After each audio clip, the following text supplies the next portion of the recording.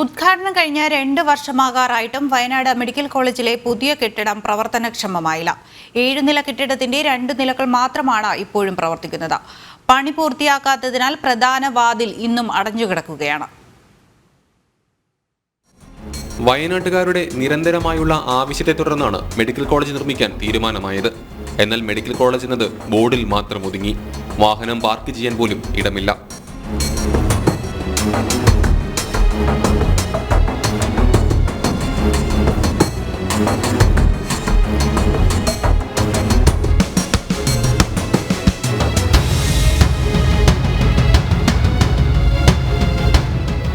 തെരഞ്ഞെടുപ്പിന് മുൻപ് കൊട്ടിഘോഷിച്ച് ഉദ്ഘാടനം ചെയ്ത പുതിയ കെട്ടിടത്തിന്റെ പ്രവർത്തനവും പാതി വഴിയിലാണ്. പ്രധാന കവാടത്തിന്റെ മുൻവശം പോലും അഴുക്ക് നിറഞ്ഞു കിടക്കുന്നു. 7 നിലയുള്ള കെട്ടിടത്തിന്റെ 2 നില മാത്രമാണ് ഇപ്പോഴും പ്രവർത്തിക്കുന്നത്.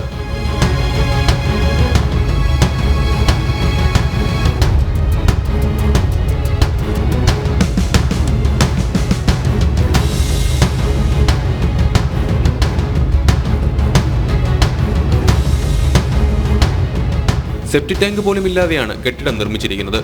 ലിഫ്റ്റ് ആകട്ടെ പ്രവർത്തിക്കുന്നുമില്ല. OP ടിക്കറ്റ് എടുക്കണമെങ്കിൽ നീണ്ട ക്യൂ നിൽക്കണം. കത്ലാബ് അടക്കമുള്ളവ വാഗ്ദാനങ്ങൾ മാത്രമായി.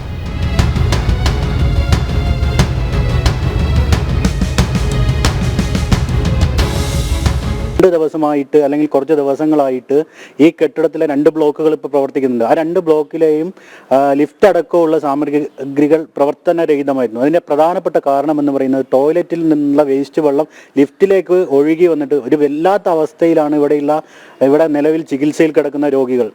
വയനാട്ടുകാർക്ക് ഈ ആനുകൂല്യങ്ങളൊന്നും വേണ്ട അല്ലെങ്കിൽ ഈ സൗകര്യങ്ങളൊന്നും വേണ്ട എന്നുള്ള നിലപാടാണ് സംസ്ഥാന ഗവൺമെന്റ് ഇപ്പോൾ സ്വീകരിച്ചുകൊണ്ടിരിക്കുന്നത്.